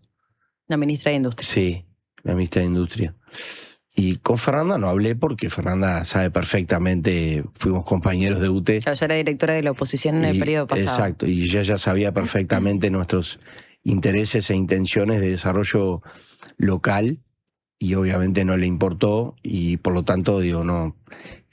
Por eso me costaba mucho pensar que ella con una decisión rápida lo podría haber resuelto y yo me enteré por la prensa un día que se iba a Río Negro y después vino todo un tema, hasta un video que sacó el MPP diciendo como que yo había puesto palos en la rueda, publicitado además el video, o sea, toda una estrategia de lo que hablábamos hace un rato, ¿no? De ir a tratar de enchastrar y de desprestigiar a la persona. Que ese es el estilo que nos choca y no nos gusta. ¿Y ha podido hablar con Lebrato en esta cuestión de reuniones, sí, hablé. Congreso de Intendentes? ¿Sí ha tenido alguna novedad, avance respecto a la obra? Hablé con el intendente Lebrato. Yo le dije, primero le pregunté, bueno, se hace, tenemos muy buen vínculo ahí porque obviamente que tenemos los mismos problemas y los mismos desafíos. Yo lo único que le dije fue, si vas a, digamos, a bloquear un lugar logístico con potencial para otras cosas, cuidado porque un parque solar es, pongo los espejitos, genera energía y más nada. Porque alguno hablaba, se llenaba la boca diciendo que un parque solar trae desarrollo y trae prosperidad. Eso es todo mentira. O sea, lo único que hace es genera energía. Que ni siquiera es para el departamento, es para la energía en general, para la red nacional. Y también le dije, no te manderes con que eso se va a llenar de puestos de trabajo, porque después eso va a ser un boomerang. La gente cuando empiecen a hacer la planta y vean que no movió la aguja, te van a decir, che, pero pará, me dijiste que me ibas a traer, viste, una UPM2 y ta. Eso fue lo único que comentamos. Nos enteramos hace unas semanas que UTE va a tener que comprar el predio por $1,5 millones o más. O sea que si lo hubiese movido donde nosotros le propusimos... Se ahorraba ese dinero. Te diría que ya seguramente estaban en etapa de construcción. Y además se ahorraban ese dinero. Pero bueno, son detalles que a veces juega más los intereses, que yo les digo politiqueros, que el interés nacional. O sea, usted todavía mantiene esa cuestión vinculada a la esperanza que se pueda renegociar y que se pueda instalar en el departamento de Durazno. Sí, mi esperanza va con el otro proyecto. Lo que a mí me interesa es que la UTE le ceda a la Intendencia la posibilidad de desarrollar ese lugar, que es un lugar natural que recomiendo pasar, no quedarse porque no hay mucho lugar donde quedarse por ahora. Pero esa es la esperanza realmente. Ese predio de Baigorri es de UTE entonces. Es de UTE.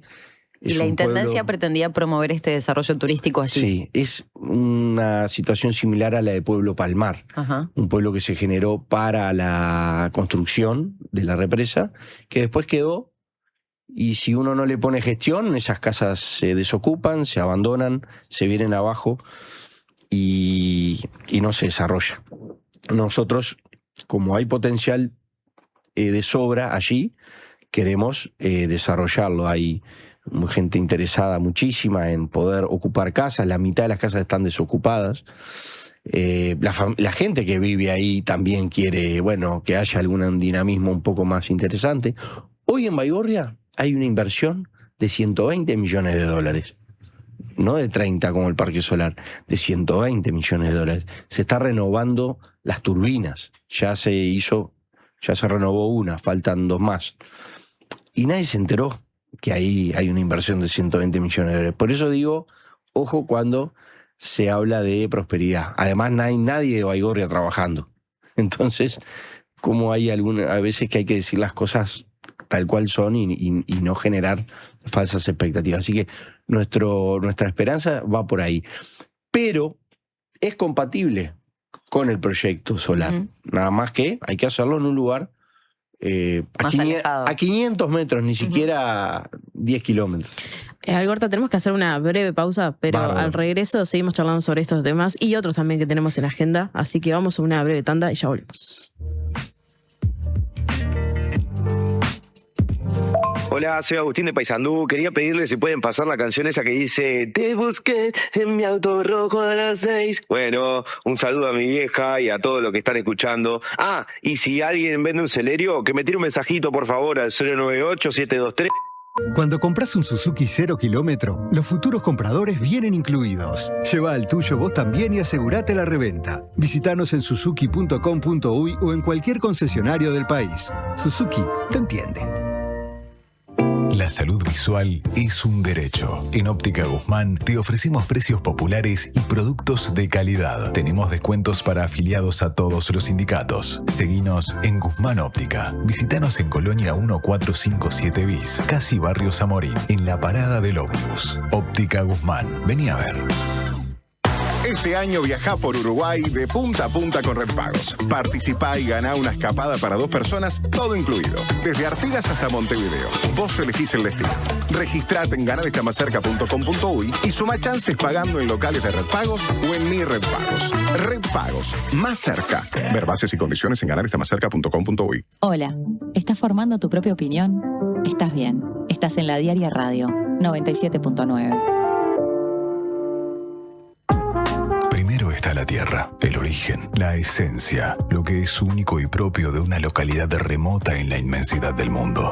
Después, la tradición y la historia, lo que cuentan los que entienden de los ciclos y tiempos de la naturaleza. Al final está el cuidado y el respeto por todo ese recorrido. 6 Montes, cafés del mundo tostados en Uruguay. Te esperamos en nuestra tienda en Rivera 2208, esquina Polié, o en la web. Si lo querés ver, está en DirecTV. Viví toda la acción del fútbol local, la Conmebol Sudamericana y Libertadores, la Liga, Champions League y Copa de Italia. Toda la adrenalina del automovilismo, Copa Davis, FIBA y mucho más. Seguí prendido a Gran Hermano con cámaras exclusivas 24 horas. Además, por ser cliente de DirecTV, tenés Prime Video y Tigo incluido en tu plan sin costo adicional para disfrutar tu contenido en todas partes. ¿Todavía no sos cliente? Suscríbete, porque si lo querés ver, está en DirecTV. Aplicable servicios postpago. Disports Uruguay Premium requiere contratación adicional y no está disponible en Tigo. Homeopatía Olivencia. Idóneos en elaboración de fórmulas homeopáticas y florales. Lográ el bienestar físico y emocional de forma natural. Olivencia te escucha. Comunicate al 099-471074 o visita nuestra web olivencia.com.uy. Presenta BHU. Tu sueño, tu banco.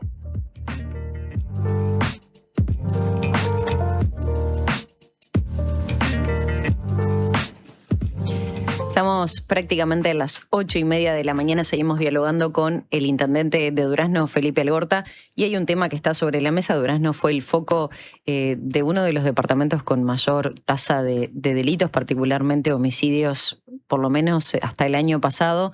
Este semestre se revierten varias de esas cifras, fue destacado incluso por autoridades del Ministerio del Interior.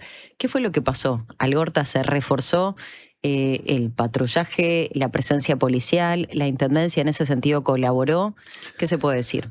Bueno, sí, tuvimos un momento complicado. Había algún conflicto entre bandas que obviamente siempre la población es la que queda de rehén al final. En algún momento, tuvimos ese problema. Nosotros desde la intendencia tenemos un vínculo que yo siempre lo destaco, ¿no? Realmente espectacular con la jefatura de policía de Durazno. Trabajamos de memoria, te diría. Hablamos permanentemente, nos apoyamos permanentemente y es placentero poder trabajar de esa forma con cualquier institución. Y yo creo que los resultados también demuestran eso, ¿no? De que hay una coordinación muy buena.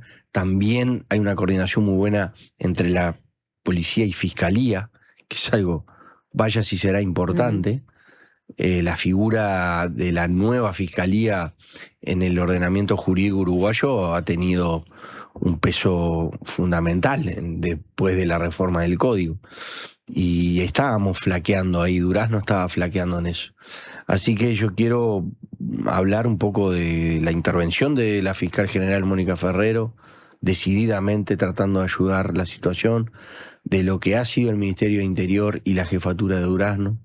Y la intendencia, nosotros, por ejemplo, ahora ya tenemos disponible para la instalación de la Guardia Republicana en Durazno, una inversión que hizo la intendencia en acomodar instalaciones. Seguramente el ministro estará visitándonos en los próximos días, un poco para hacer ese anuncio de esta apertura. También estamos trabajando con otras dependencias, por ejemplo, un local de AFE que hemos puesto en valor también para una comisaría. Vamos a crear la Guardia Municipal, que lo hemos anunciado y está en proceso de concretarse, porque el Ministerio tiene que asignar los efectivos, prepararlos y después suponemos que entrado el año que viene ya podrían empezar a trabajar. Sí, sobre eso queríamos nosotros preguntarle, ¿no? Y un centro de monitoreo, o sea, 4 acciones concretas para colaborar con la seguridad. Esto, entiende, fue lo que marcó un significado de descenso, sobre todo de los homicidios, pasaron de 7 a 1, más del 80%. Yo creo que las cifras en sí no sé, porque un día se levantan gente que no sabemos y andan a los tiros y bueno, se cae la teoría. Pero lo que sí ha mejorado, y eso es incuestionable, es ese término que en seguridad pública a veces rechina, la sensación de seguridad. Pero falta, ¿no? Porque siempre en nuestros pueblos añoramos por aquellos tiempos donde se dejaba la bicicleta en el cordón y la puerta abierta. Bueno, eso es muy difícil que vuelva, pero por lo menos no esa situación de impunidad de que se puedan dar a los tiros en cualquier lado. O sea que ahí quiero destacar el esfuerzo de todas esas instituciones que nombré para lograr una mejora en general. Había hablado de la Guardia Municipal y ya me contestó una pregunta del diálogo con el Ministerio del Interior, que había dicho, bueno, que tenía que haber algunos efectivos para participar de eso, pero bueno, ¿qué características tendría esta Guardia Municipal, también pensando en las competencias que podría eventualmente tener? Sí, lo primero es que no vamos a sustituir ninguna competencia de la policía porque no corresponde. La Guardia Municipal en realidad son policías que se llaman policías eventuales, que se contrata tipo 222 como para ser más gráfico, y están a disposición de lo que la Intendencia entiende que son los bienes jurídicos que quiere preservar.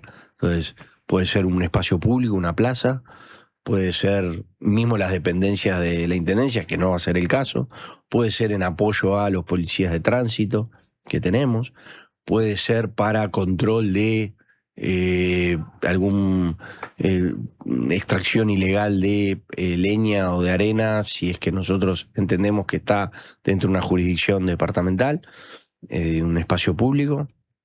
O sea, hay como muchas... tiene sus posibilidades que queremos aprovechar. En principio nosotros habíamos planeado 14 efectivos para los 3 turnos. Hoy ya estamos planteando 8. ¿Por qué? Porque ha mejorado la situación, porque además es un costo muy importante para la Intendencia, y entonces preferimos arrancar en etapas y probar. Y esto va a venir de la mano de un proyecto de monitoreo muy importante, con una inversión importante en cámaras, aumento de los lugares con cámaras, y que complementa también el centro de monitoreo que tiene la propia jefatura. Entonces, de esa manera tratamos entre todos de aportar lo nuestro. Alberta, estaba pensando, voy a cambiar de tema, no sé si Maggie tenías No, algo estaba más de pensando en esto. el Más Barrio también, Sí. que bueno, suma a todo esto que veníamos dialogando, ¿no? Empezó en Cerro Norte, se extendió a algunas zonas de Las Piedras, estaba previsto Rivera y también Durazno. En base a ese programa, ¿qué expectativas tiene la Intendencia y cómo se está dialogando? Ministerio de Vivienda, digo, hay muchas instituciones Sí. estatales. Nosotros todavía no tenemos con claridad qué es lo que se pretende intervenir. Sabemos la zona. Pero estuvieron reunidos. Estuvimos reunidos, ¿Y ahí sí. qué se planteó? Y ahí se planteó de que era un proyecto que iba a abarcar no solamente la parte de seguridad Ujú. pura y dura, sino también condiciones habitacionales, por ejemplo, o intervención en espacios públicos, que aún no sabemos a ciencia cierta dónde se quiere intervenir. Nosotros tenemos nuestras propuestas eventualmente, pero es un barrio que, como dije al principio de la nota, ha crecido mucho, pero estamos hoy interviniendo con mejora en las calles, la iluminación es buena, siempre se puede mejorar. Estamos para construir una plaza pública. Bueno, seguramente dialoguemos, porque ya que van a haber fondos, invirtamos juntos y bien, y no por separado. Ahora, en base a estas reuniones, desde el gobierno central se pidió que la Intendencia hiciera un diagnóstico y luego se elevara eso a los diferentes ministerios que están participando. Lo primero que hicieron fue como un inicio de diálogo con muchas instituciones que están en el barrio, políticas y sociales, digamos, deportivas también. Pero ellos iban a iniciar con una encuesta casa por casa y después van a intervenir. Nosotros tuvimos a 10 técnicos de la CAF en el gimnasio, en el Centro de Integración Barrial, que es un gimnasio grande donde ahora justamente estamos recibiendo evacuados. Y bueno, estuvieron recorriendo el barrio, estuvieron conversando con Fuerzas Vivas, por supuesto que también con nosotros. Nosotros lo que esperamos es que antes de hacer nada, por lo menos nos cuenten por dónde va y que sea tomada en cuenta también la opinión de quienes estamos todos los días trabajando. Así que yo creo que sí, que esto va a ser así. Y bueno, bienvenida la colaboración a hacer un mejor barrio. Alberta, quiero retomar un poco un tema que había mencionado Maggie hoy al principio, que ella decía, bueno, como que a veces el interior, bueno, con las intendencias, el diálogo entre gobierno departamental y oposición, era como una especie de isla con respecto a lo que pasa, bueno, con el gobierno nacional y la oposición, ¿no? Entonces me quedé pensando un poco, bueno, en esta reunión que convocó hace unos meses el intendente paisandú Nicolás Olivera, que convocó a exintendentes para promover un diálogo político sin agravios y en la búsqueda de conciliación. Entonces quería preguntarle justamente, ¿no? ¿Cómo está viendo el panorama político, el diálogo que se está dando entre oposición y gobierno, también en relación con este anuncio de la coalición republicana de no votar la rendición de cuentas, de cómo se dio ese anuncio? ¿Cuál es su visión sobre todo esto?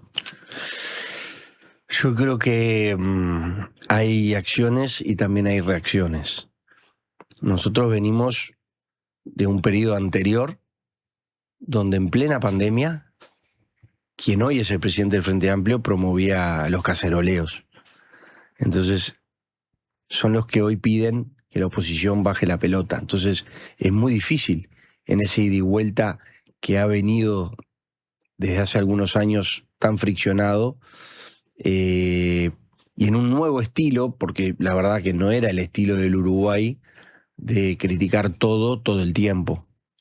Y eso fue el estilo que, en mi criterio, se comenzó a ver bajo la presidencia de Fernando Pereira.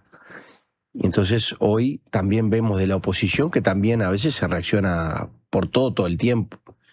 Y uno dice, pero ¿no estaremos bastardeando un poco la herramienta de criticar cuando realmente vale la pena?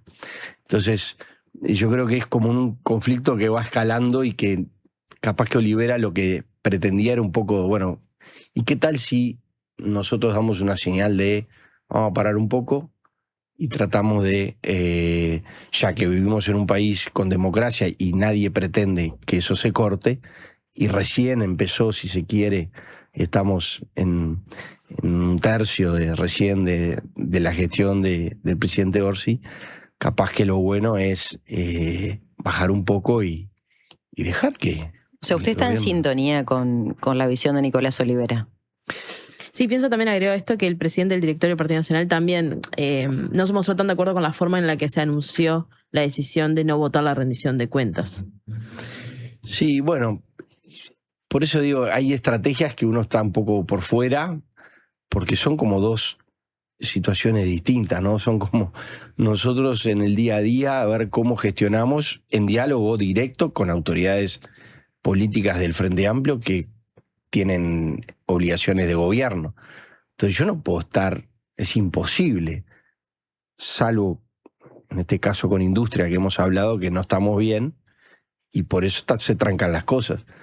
Pero yo te puedo nombrar todas las otras carteras, los otros ministerios y otras dependencias que tenemos excelente vínculo y tratamos de construir todos los días. Creo que ese es el mandato que nos dio la gente. Bueno, hagan. No se pasen de cháchara, hagan. Quiero que me resuelvan los problemas. Y la única forma de lograr eso es con diálogo permanente de construcción. En el Parlamento, en realidad, el rol es distinto, porque tampoco, insisto, yo no me voy a poner en un pedestal, simplemente digo que como son distintas las obligaciones, a veces tenemos una fricción permanente que podría, creo yo, mejorar un poco, pero bueno, esa es la realidad. ¿Comparte la decisión de no haber votado o el anuncio de no votar la rendición? Que va a tener efectos a nivel país, ¿no? Sí, pero entiendo que igual después cuando se vaya artículo por artículo... Si no se vota general, no se puede votar particular. Bueno, no sé. No. Si no se abre el proyecto de rendición, no se puede votar el articulado. Yo creo que el diálogo de acá a...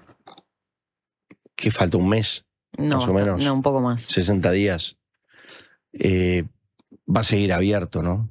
Si bien hubo un anuncio, yo creo que las negociaciones no deberían cesar. De hecho, a veces para la tribuna es una cosa y después puertas adentro se busca el diálogo.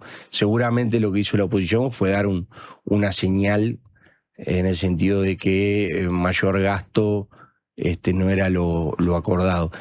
Yo igual discrepo en que la rendición de cuentas sea, o no votar la rendición de cuentas sea, digamos, genere problemas para la primera infancia y todas esas cuestiones que se han dicho. O sea, la ley fundamental es la ley de presupuesto, o sea, que se votó favorablemente por la oposición. Ahí en la ley de presupuesto tú pones cuáles son tus prioridades. Si después en una rendición de cuentas tenés que recalcular es porque evidentemente o le erraste a las perspectivas económicas que dijiste que iban a haber o te olvidaste en su momento de algunas cosas. Bueno, también la coyuntura, o por lo menos se señala eso desde el gobierno, lo que viene pasando con el precio del petróleo, que sube y baja constantemente, cuestiones internacionales que también nos afectan, como sucedió en el periodo pasado, terminan definiendo si tenés más o menos plata respecto al porcentaje que pones en el presupuesto. Pero bueno, es otro tema para seguir analizándolo. Hortán, lo tenemos que despedir. Queremos agradecerle nuevamente el habernos visitado. Sé que quedó encantado con el estudio. Me encantó. de la diaria, así que lo esperamos en cualquier momento. El edificio de Artigas es emblemático, pero nunca había venido a un lugar tan lindo ¿Es el último piso este? No, queda uno más. Sí. Bueno, hermoso, lo felicito y bueno, qué linda forma de empezar la mañana. Muchas gracias. Y bueno, veremos qué surge hoy a partir del Congreso de Intendentes, si hay algo de último momento. Muchas gracias. A ustedes. Era el intendente de Durazno, Felipe Algorta. Hacemos la pausa, ya llega Antonio con novedades del caso Marcet y cuestiones geopolíticas muy interesantes. Ya volvemos. Presentó BHU, tu sueño, tu banco. Última oportunidad para ponerse al día con la contribución inmobiliaria en Canelones. Hasta el 30 de octubre, accedes a convenios sin multas ni recargos y hasta en 60 cuotas. Informate por el 1828 o a través de imcanelones.gov.uy. Nunca fue tan fácil ponerte al día. No pierdas esta última chance. Canelones, avanza con la gente.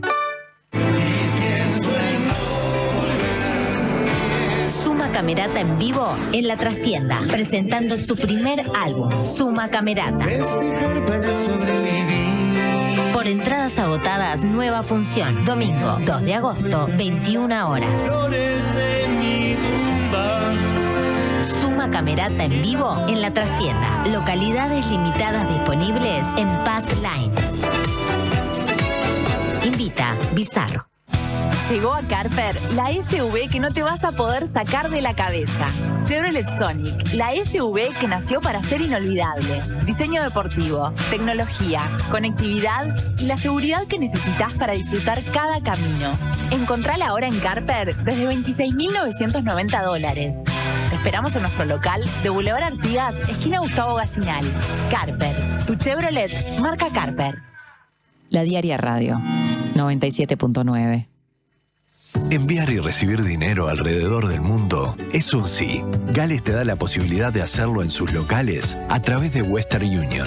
Rapidez, cercanía y la tranquilidad de enviar y recibir por Western Union. Otro beneficio Gales para vos. Conoce más en gales.com.uy o llamando al 0800 2026. Gales 50 años. El cambio te favorece. Este año viajá por Uruguay de punta a punta con Red Pagos. Participá y ganá una escapada para 2 personas, todo incluido. Desde Artigas hasta Montevideo. Vos elegís el destino. Registrate en ganalestamacerca.com.uy y suma chances pagando en locales de Red Pagos o en Mi Red Pagos. Red Pagos, más cerca. Ver bases y condiciones en ganalestamacerca.com.uy. Médica Uruguaya avanza. Avanza incorporando tecnología para brindar diagnósticos más precisos. Avanza invirtiendo en infraestructura para estar cada vez más cerca de vos. Avanza con un equipo médico, técnico y humano que trabaja todos los días para cuidarte mejor. Porque avanzar es seguir haciendo de la salud un lugar donde la innovación y la cercanía van de la mano. La salud que avanza es uruguaya. Somos la Médica Uruguaya.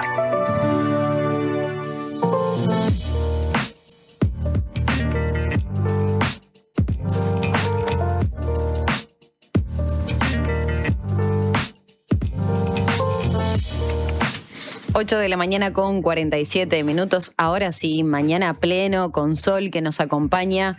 Una temperatura a esta hora un poquito más baja, 6 grados, 1/10, 99% de la humedad. La visibilidad aumentó 8 kilómetros y ya tenemos a Antonio Ladra para comentarnos un poco estas novedades o esta cuestión de comunicación con otros también periodistas de la región que vienen siguiendo el caso Marcet, ¿no? Y bueno, una mirada geopolítica sobre este caso, con coincidencias cronológicas con Horacio Cartes, expresidente paraguayo. Sí.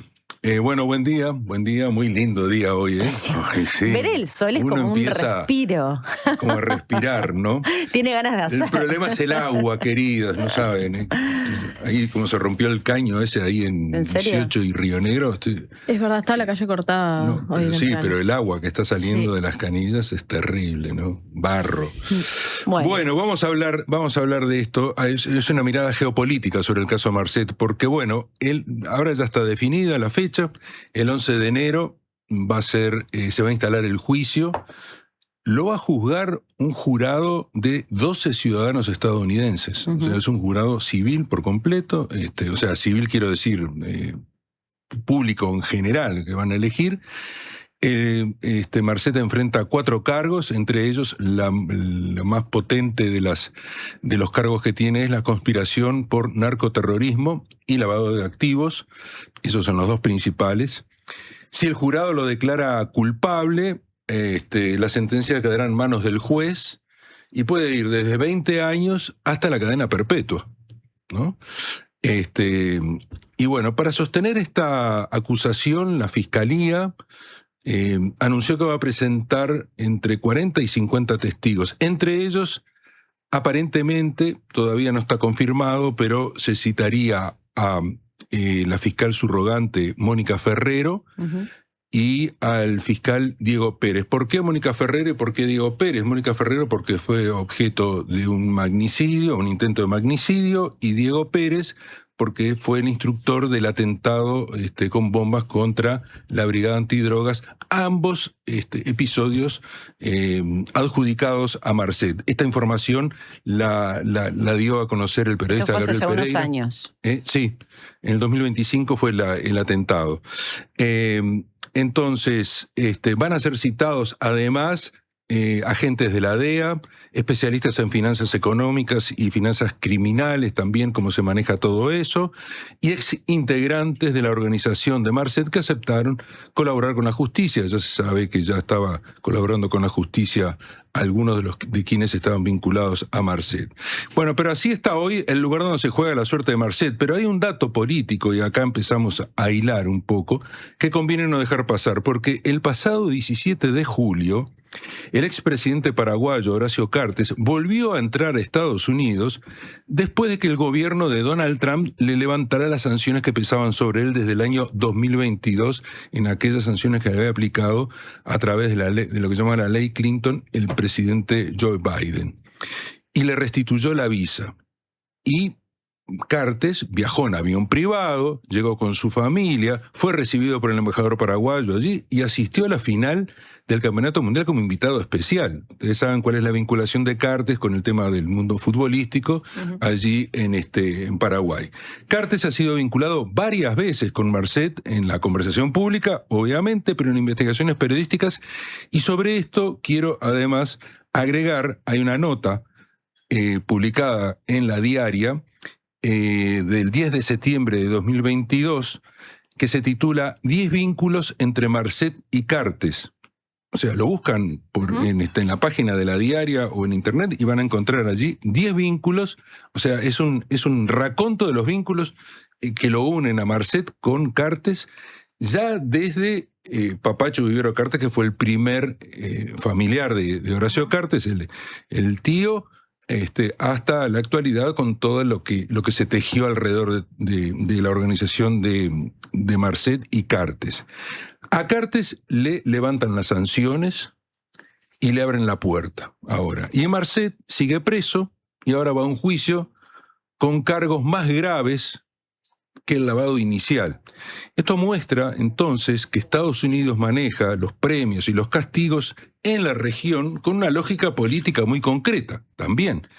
Entonces, vamos a analizar un poco básicamente esta cronología, porque en julio del 2022, Washington, Estados Unidos, le había retirado la visa a Cartes por actos de corrupción significativos. En enero de 2023 le congeló los activos, le prohibió operar con ciudadanos estadounidenses. En octubre de 2025, todo eso dejó de responder a los intereses de la política exterior de los Estados Unidos y de la seguridad nacional de Estados Unidos. El Departamento de Estado explicó que las sanciones que le había aplicado a Cartes y a sus empresas, que son variadas, ya no eran necesarias para fomentar cambios de conducta, porque entre otras cosas decían, no, tiene que cambiar la conducta, etc. No, ya no importaba, ¿no? Y ahí entra la lectura de un analista chileno especializado en el crimen organizado, Pablo Ceballos, con quien hablé sobre el tema, y que él lo anota como hipótesis, pero, y no una certeza, pero como buen investigador ata todos estos temas, ¿no? Y dice, Donald Trump aquí hizo una operación transnacional con Cartes y Cartes tuvo que entregar a alguien al sacrificio. ¿Y quién fue? Sebastián Marcet. Fue Sebastián Marcet. La lógica, me dijo Ceballos, es bastante conocida en la región. Yo no soy el malo es ese, así que bueno, vayan sobre él. Cayeron sobre sobre Marcet. No quiere decir que Marcet sea un santo, ni estoy defendiendo a Marcet. Digo, ¿cuál es la lógica que se maneja en este caso, ¿no? Que esto evade, y en mucho, a lo que puede llegar a ser Marcet y lo que puede llegar a conocer Marcet de esto, ¿no? Lo que está documentado es el andamiaje que haría posible este tipo de arreglo. Por ejemplo, Érico Galeano, el diputado y luego senador del sector de Cartes, fue condenado en marzo de 2026 a 13 años de prisión por lavado de dinero y asociación criminal. Era dueño del club donde Marcet había jugado. O sea, había un vínculo con Marcet, recordemos. Y aparte, vínculo económico y de conocimiento. El embajador que alertó sobre Marcet en Dubái se postulaba al Senado por el mismo sector, el sector del coloradismo de Cartes. John Bon Sastrov fue detenido como integrante del clan, era suegro del senador Godoy, investigado como testaferro de Cartes. Estoy uniendo todo lo que hay vinculado, todo lo que circula alrededor de Cartes y alrededor de Marcet. Las rutas de Tabesa, la empresa de Cartes, usaba el primer comando uruguayo y hubo 42, casi 43 millones de dólares que llegaron acá a Uruguay como pago a proveedores, o sea, lavado de dinero que pasó por acá por Uruguay. Entonces, así aparece que Cartes y Marcet no son dos historias separadas. Uno, el de Cartes, es el poder formal, el que está a la vista. Y el otro, el de Marcet, es el poder que trabaja en la noche. Lo que Trump decidió en octubre de 2025 fue que uno de los dos ya no le resultaba útil como problema. Y el otro cayó en Bolivia 5 meses después y está esperando ahora este juicio para el año que viene. ¿Qué pasa con todo esto, Antonio? ¿Nadie puede investigarlo a un nivel superior? Pienso a nivel de la justicia, por ejemplo, cuando hay tantos países y políticos y presidentes y exmandatarios? Yo creo que acá todo esto que yo resumí, que junté acá, en base también a la conversación con Ceballos y bueno, y las lecturas que he tenido sobre el tema y lo que he trabajado sobre el tema, me da cuenta que va a ser de alguna manera la base que va a utilizar la defensa de Marcet para oponerse a todo esto y tratar de convencer a ese jurado popular, ¿no?